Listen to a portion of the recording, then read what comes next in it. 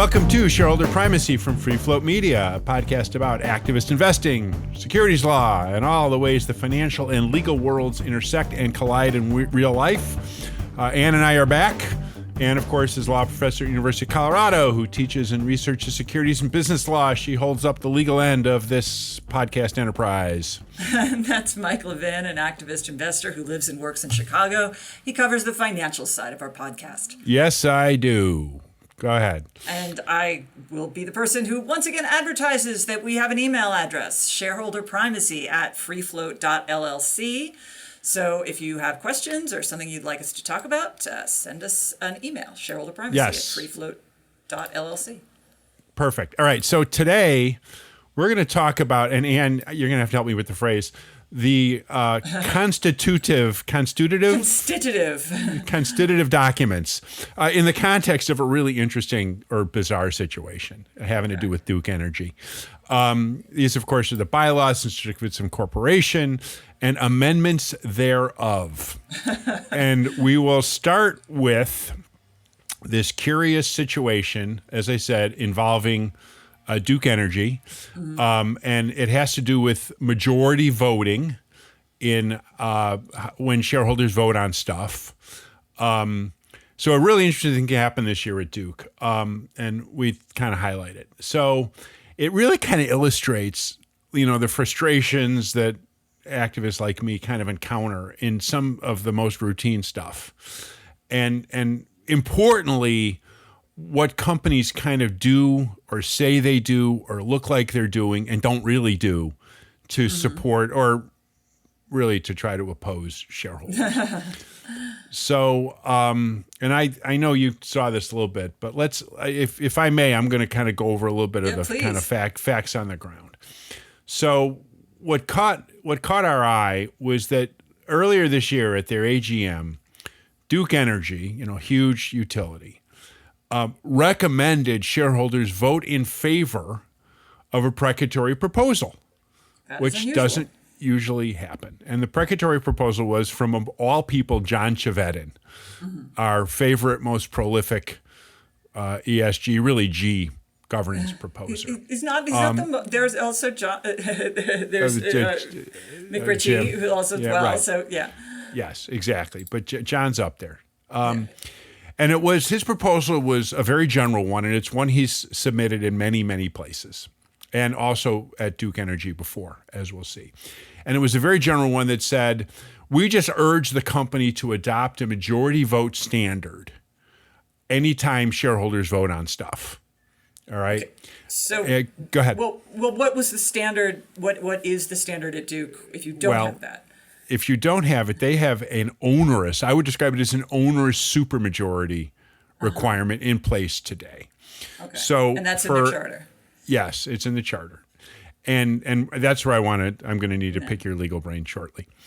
It's in order to amend, for shareholders to amend the charter and the bylaws, Duke Energy requires 80% of the outstanding, not present at the meeting, 80% of the outstanding shares to vote in support of the matter. Wow. Okay, and that's for bylaw amendments. And is that for charter amendments as well, or is it just yes, bylaw? that's charter amendment and bylaw amendment. So that's very high. Yeah, right. And so the bylaw amendment provision, I think, references back to the charter amendment provision. So it requires an amendment to the charter, which, as we'll see in a minute, there's a little difference about how that works, I think. So that's what Chevedden recommended this year, or moved this year, submitted.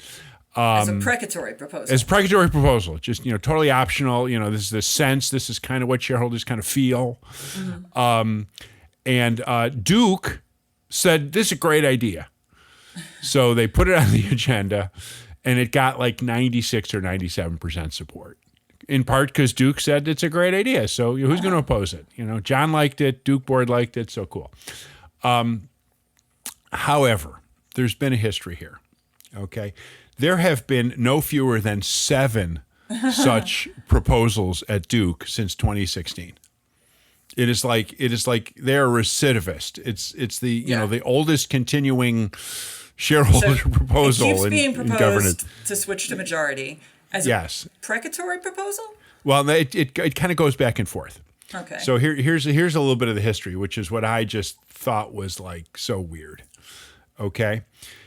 John first proposed it in 2016 as a precatory proposal, essentially the same thing he put up this year, saying we think that anytime there's a supermajority, it should go to majority. And at the time, it got like 53%. It got majority support from the shareholders at the meeting. Okay. So Duke then very dutifully the next year put up the specific amendment that had called for. That was being proposed. Yeah. So if you go in the 80% of outstanding. Right. If you go in the 2017 proxy statement, there's the text of an amendment to the charter, saying we're going to amend the charter and it's going to go down to majority and so on and so forth. That received 59% support from all the outstanding shares. So not enough to make the amendment. A smashing success. Way more than but not enough to amend it. Okay. For whatever reason, the very next year, 2018, Duke came back again with the exact same amendment, unprompted, in 2018, and then put it on the proxy again or in the AGM agenda, and they got 62%, a little higher, but still not enough. Not enough. Correct. Then they took a couple years off. They got tired of all this, and in 2020, John submitted his precatory proposal again. This time, I think the company basically said, we are not taking a position on it. And for whatever reason, probably the proxy advisors came out in strong support. It won 94% support on this precatory proposal, a smashing majority. So the precatory one, had it been binding, yes, well, would have made the amendment. It would 94% of the shares present at the meeting. Not necessarily of the shares, outstanding. not outstanding shares, but it might have come But if close. you reflect back, why not? Yeah. Sure. Okay. So the next year, company put it back on the AGM. This is where it just kept coming back like a bad penny. 2021, tried to amend the certificate of incorporation again. They got 63%. So 1% more than they got, 3 years before. And it failed. Didn't amend it. Right. So then took a year off. John comes back. He's nothing if not determined. Right, but it's just it just seems, and I think this is what we're getting at, like that having it be precatory makes no sense in this context. Right, and this is one of the observations that I'm going to ask you about in a little while. Okay, is that in 2023, John submitted another precatory proposal just 2 years ago. Well, I mean, I can see why John is doing it as a precatory proposal. Well, it's complicated, but Duke recommending in favor of the precatory instead of just putting it on the agenda doesn't make any sense. Right, yes, right. That's why I want to try to interrogate in a little while. So just to finish the timeline. So in 2023, 2 years ago, there was another precatory, won 79% support from the voters. Great, The next year, Duke put it back on the agenda for amended certificate, got 64%, again, short of the 80%. Okay? Yeah. So what does this tell us? This tells us that, there's people want it, but for some reason not enough or something. So, well, I mean, this is just a case of retail shareholders don't participate in the vote kind of a situation, I'm guessing. Well, but there may be reasons why, or there's ways we can change this or something, and that's what I'm going to talk about. Anyway, so this year, John did this one more time. The company this time supported it, and won this huge. So I'm expecting in 2026 they're going to go through this whole stupid charade again. Yeah. So once again, it was a precatory proposal this year. Massive support of the voting shares. Right. The highest it's received. The highest before this is 2020, won 94%. This year it won 97 or something. But it wasn't binding, and right. I guess we don't know whether it would have passed if it was binding, but it might have. And now we expect it'll go up for a binding vote again. Right. So one thing that's worth noting is that when we're talking about this sort of majority shareholder support, it has to do with a couple of things. I could think a couple of things that majority shareholder support to approve bylaw amendments, which I want to talk about a little later, and amendments to certificate of incorporation. You could also talk about this in the context of like special shareholder meetings. Right now, there's a supermajority requirement there, I think, for shareholders to call a special meeting. Yeah, that's not surprising. Absolutely not. So in this case, and there's a few other companies that, that do this, have these onerous, there's a lot that have sort of supermajority requirements. There's not all that many of this like 80% threshold. That's huge. Right. That's huge. 80% of outstanding rather than of present at the meeting.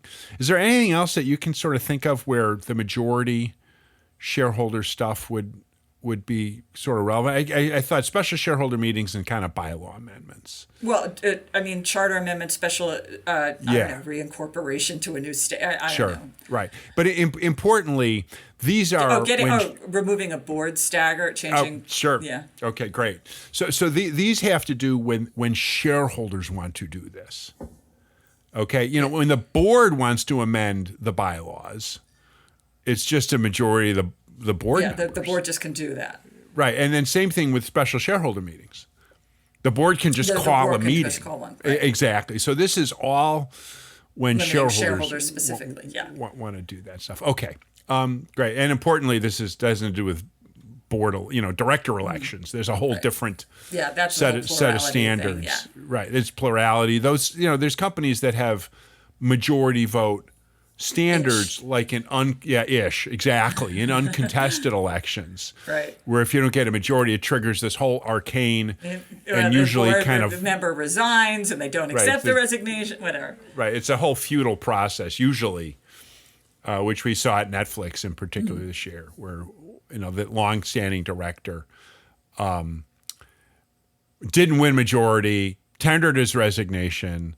The company said, "No, he's too valuable, so you can stay." That's a fun little process. So that was emblematic of how flawed this whole majority, at least in board elections. All right, so let's go back to what sort of happened at Duke, okay? And this is where I'm kind of curious. And we'll talk about the difference between amending bylaws, amending certificates of incorporation. I think the main difference, well, I need you to kind of help me here, is that certificates are kind of shareholder driven. No, it's the other way around. Go ahead. A certificate can only be amended if it is if the amendment is first proposed by the board. And then there's a shareholder vote. Like there's a very specific order. Shareholders can urge the board to put it as a resolution, but the board has to put it forth first, and then the shareholders vote. And so when I said I understand why Chevin is doing this precatory thing, at least if he's looking to amend the charter, he can't propose to amend the charter. The only thing, the way it has to happen is that the board propose it. So he can make a precatory, board, please propose it, but he can't really do much more than that. But what's weird is the board saying, I recommend in favor, instead of just proposing it, in which case the shareholders would vote. But instead, the board recommends in favor of the precatory proposal and then gives it another year before they actually formally put it on the ballot. Seems very much like stalling. It seems kind of performative. Yes. Okay. Well, I want to talk about that in a minute, about the kind of effort that Duke is, how seriously Duke may be taking this. But this is something I've talked and thought about, is that shareholders can propose specific bylaw amendments. Yes, but they can propose bylaw amendments. So if there's a bylaw in place that says you can't amend without 80% of the shareholder vote, that may be true, but the shareholders can still propose to amend that bylaw. Now, maybe they need 80% to get it. Now, the directors, usually, they could just repeal it all by themselves. They don't need the shareholders to vote, because directors can repeal bylaws. So once again, that Duke is recommending in favor of a precatory proposal to amend the bylaw instead of just amending the bylaw is bizarre. Right. So but Chevin could have made a binding proposal to amend the bylaws. Yes, but that evidently, in the context of Duke and a handful of the companies, wouldn't work, because the charter it can't. requires the 80%. Yeah, but John Right. could still make it a binding proposal. Oh, I see. Right. So Yeah. the charter requires bylaw amendments to be at 80%. Yes. The charter says bylaw Shareholder amendments have to- driven, yes, that I know. Okay, so then it's not the bylaws that are presenting the 80% challenge. In both cases, it's the charter that's presenting the right. Yes, So that's right. why John has to do these precatory proposals. You have to do this one in a precatory way because he right, can't because he amend the needs board to do bylaws. the- Because Right. he can't amend the bylaws because that would conflict with the charter, and he can't amend the charter initially because that requires the board Right. to make the first proposal. But it's weird then that the board is recommending in favor instead of just putting it on the ballot to amend the charter. Okay, that's what I want to talk about is that it seems to me that Duke, even though they recommended in favor Yeah. of John's precatory proposal, which again they haven't done before in terms of his precatory a proposal. precatory proposal is saying, board, please consider. It's weird Right. that the board would say, yes, vote in favor of board, please consider. Like, we could just consider. I don't know. Right? Yes, exactly. And Well, that was one if of we the want shareholder approval of it, put it on the ballot, and then the shareholders can tell us. right. Yeah, but they don't really even need shareholder approval. I mean, can't they just For the call a charter. bunch of shareholders and say, No. like, informally, what do you think? And they Oh, could. yeah. And they could they have want a it, meeting, whether a the board shareholders meeting, and want it, say, yeah. we've talked to, IR called 50 of the top shareholders. Yes. Our sense is that this is something that shareholders would like. Yes, So we're they could just going absolutely do to that. approve it. Well, I mean, they have to put it on the ballot. Again, the charter. Exactly. Can only Well, be they a- have to but put they the can put it. They can put it on the ballot. They don't need to wait for a precatory vote and then put it on the ballot the very next year. Right. And the thing that they would have to put on the ballot is the amendment to the The charter. actual charter. Yeah, the actual charter Right. amendment. Okay. So going through all these additional steps feels like they're kind of slow Is walking stalling. it. They are Stalling, stalling okay. this. They are stalling it as much as possible. And we know. I mean, it's not. I mean, I don't know how hard it is to get it at 80%, but I mean, we have certainly seen, and I think this is where you're going. And I'm sorry for like No, when go ahead. companies want to have shareholders vote and they're having trouble with turnout, they have mechanisms for increasing turnout. Yeah, You yeah, hire yeah. a proxy solicitor, you put up your websites, you promise a tour of the Tesla factory. I mean, whatever it is, like you can Right. do that. Right. So it doesn't seem, and again, I don't attend the meetings. I'm not a Duke shareholder. I haven't really looked really closely. But it doesn't, and I did look a little bit when I was thinking about this. It does not seem that Duke is making any extra effort related to this than they have in any other. Right. So the issue here is right. They are not. They understand. Like, they're very slow walking when they actually put it on the ballot, and they're not making any effort to get the turnout they need to get it passed. Right. And does And not suggest importantly- they really endorse it. Right. And that doesn't affect Duke leadership adversely, because if there's some sort of bylaw amendment that they want, like to conform the bylaws to the universal proxy stuff, we saw a ton of that, 3 years ago, or other types of bylaw amendments to change the advance notice provisions or whatever, they just do it. The only thing, right? Yeah. I mean, so they have the power to amend the bylaws, but if the charter says that shareholder-driven bylaws can only be at 80% shareholder approval, then that's not something that they can do by bylaw. That would have to be Right, charter yeah, amendment, correct, but right. they are not. Right. But there's nothing that I can tell, and again, I'm not a student of reading charters the way you are, I think. There's nothing in the charter that is so important today to the board, and that's not how charters work. They pertain to like the classes of stock you have and so forth. Well, in Delaware charters do not. And they're automatic- Delaware Corporation. Yeah, go ahead. Yeah. In Delaware, boards do not have the bylaw power by default. It has to be given to them in the charter. Oh, sure. But Well, they happen to have it here. But so now yeah, they have right, it, okay. and unlike the shareholders, they do not have restrictions on what they can. Right. Yeah. So the idea that they're not pushing hard to do this particular charter amendment doesn't hurt them. No, and it makes them look like other than the obvious impression that one gets after looking at this year after year that they're recommending in favor, but with their fingers crossed behind their back. But you and I and John and only a few others are the only one who picked up on it. So anyway, I have a couple more questions for you about this. Again, I have a little legal advice here. Nothing here we do is legal advice to anybody, but of course. why don't we talk about that in a minute after we take a quick break here at Shareholder Primacy. Shareholder Primacy is brought to you by FreeFlowAnalytics.com, the only free database of corporate directors, their influence, and their performance. If you own a stock or retirement plan, go to FreeFlowAnalytics.com and look up which of your elected directors are performing well and which aren't. Use your vote in the alternative democracy and get your data at FreeFlowAnalytics.com. Now, back to the show. Welcome back to Shareholder Primacy. I'm Ann Lipton here with Mike Levin. We're talking about bylaws and charter amendments. Yes. I had a couple more questions for you.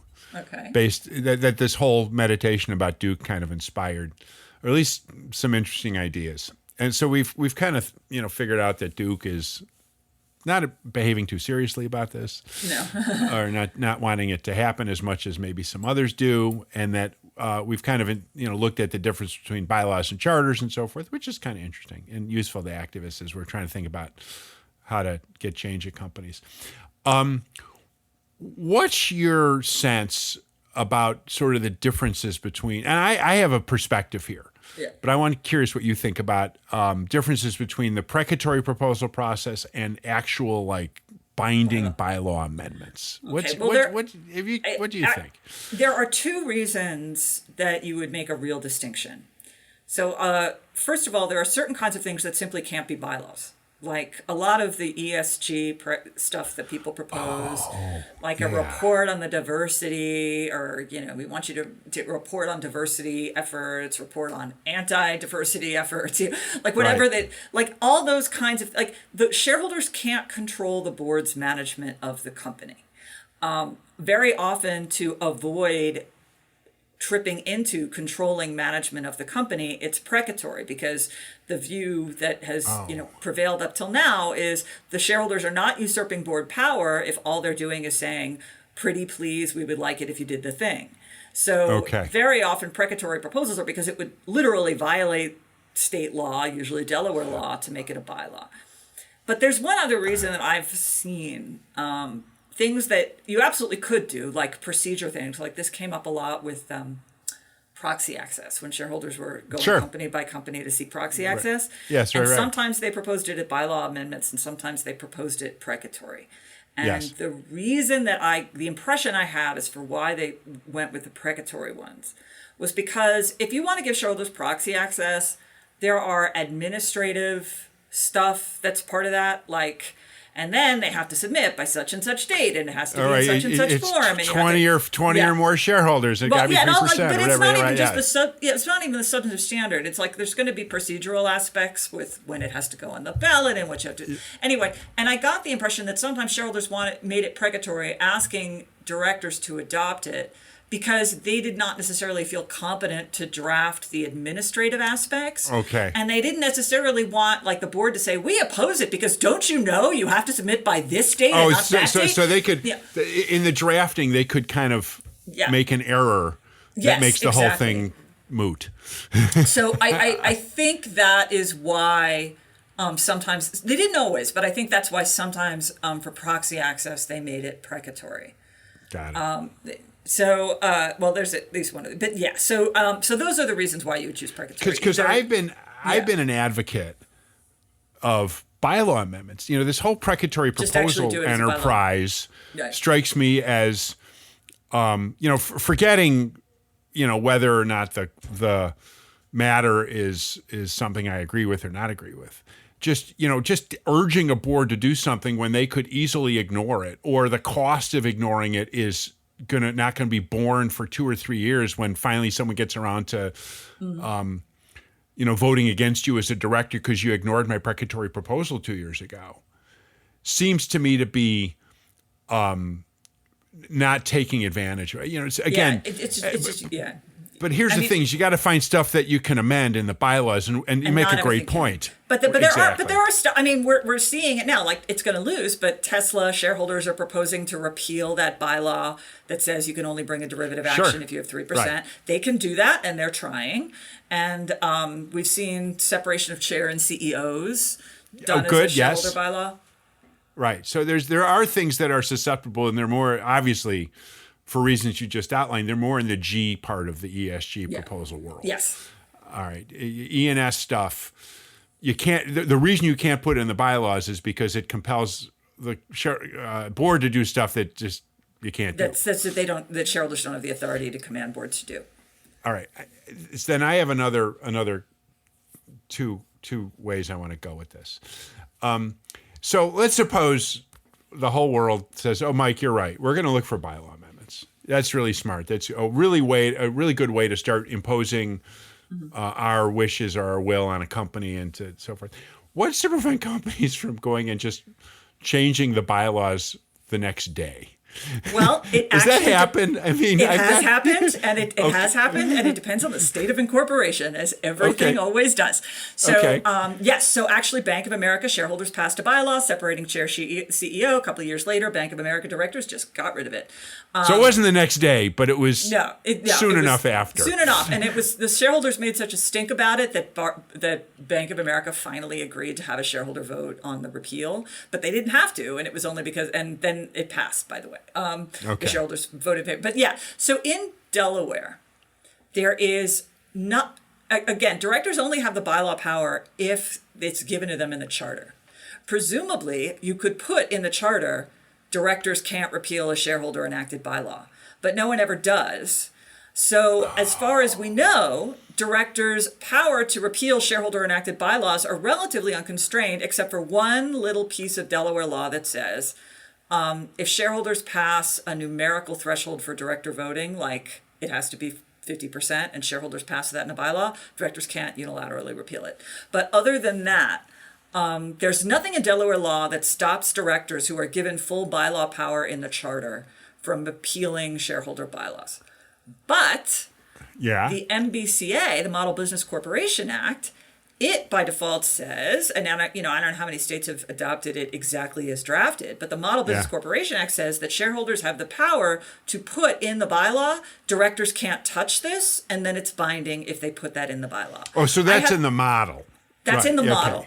I have no idea. I don't know if states have adopted it as written. I'm sure somebody has. But what I don't know, because it's just not in Delaware code, and I don't know of cases. I mean, it doesn't mean they don't exist. It means I just don't know whether shareholders could pass a bylaw in Delaware for a company that otherwise has a charter provision that gives directors unconstrained bylaw power. I don't know if shareholders could put a bylaw that says, oh, by the way, directors can't repeal that, and whether that would be binding. I mean, as far as I know, it hasn't been tested. And otherwise, directors, they can repeal it, other than this one that the statute says if you put that in there. And there's at least a little bit of a history of that happening. It probably has happened more. It's probably happened more. I just know that one example because I like to use it in class. Because I could just see directors saying, oh, man, these shareholders, they don't know what they're doing. Next week, or, and that's another reason to do. And that's another reason to do things precatory. I mean, if you know that directors can just repeal it anyway, you may. I mean, and then it's either way. It's the same message. It's directors. We want this, and they'll listen to it or they won't. I'm stubborn, man, and I just I want to do stuff where the boards can't. I think it sends a stronger message if you pass it as an actual bylaw when you can. And as I said, there and hell, a shareholder could try and also write into it. Directors can't repeal this. See if it works. Right. Well, so that leads me to my last little mechanism that I'd be kind of curious about is that to what extent has it been tried, or does it make sense, or whatever, to provide for shareholders to ratify directors, boards, bylaw amendments? Yeah, that's exactly what happened in Bank of America, and it also was one of the things that was tried with proxy access. So, so some of the proxy access, I mean, there were a couple different kinds that went around, but when shareholders were seeking proxy access, at least one version was, we request the board pass the proxy access bylaw, and we request they get shareholder ratification. Right. And in the Bank of America situation, after directors repealed the bylaw that separated chair and CEO, they then asked for shareholder ratification because the shareholders were making such a stink about them doing it unilaterally. So But that was a repeal. As far as the actual passage, my sense with the precatory proxy access situation was, once again, given that, as far as we know, nothing stops a board from repealing a shareholder enacted bylaw in Delaware, I think, my guess is that what the shareholders were hoping was that if the board passed it and got shareholder approval later, then that would put it in the strongest legal position should the directors ever decide to unilaterally repeal it, because we just don't know. So, because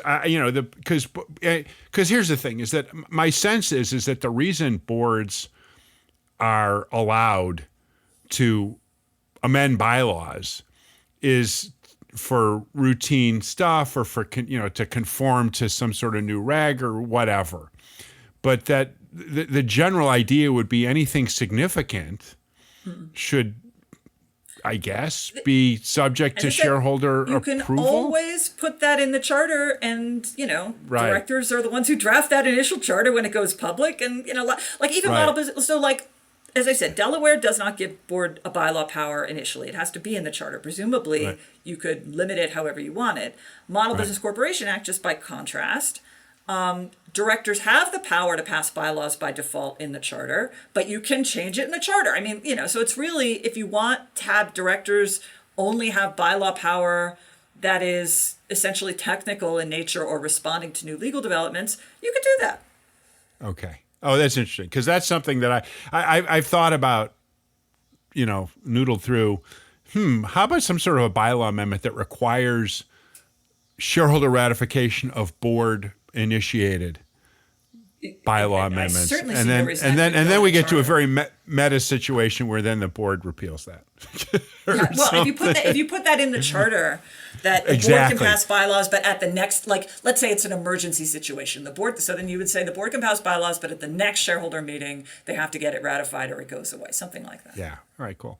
All right. Well, this is interesting. So we'll have to look at this again next spring. We'll see what happens with Duke, if they put any more effort into respecting and implementing the shareholders' obviously exuberant sentiment in support of this removal of the majority vote requirement. But this is good. This is great.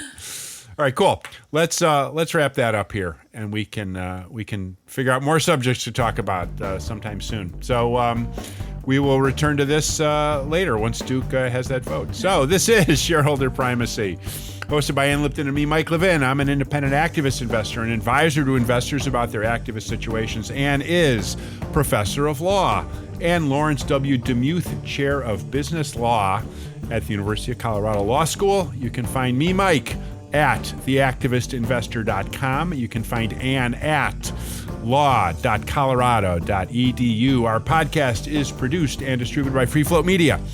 Thanks for listening. We'll talk again soon.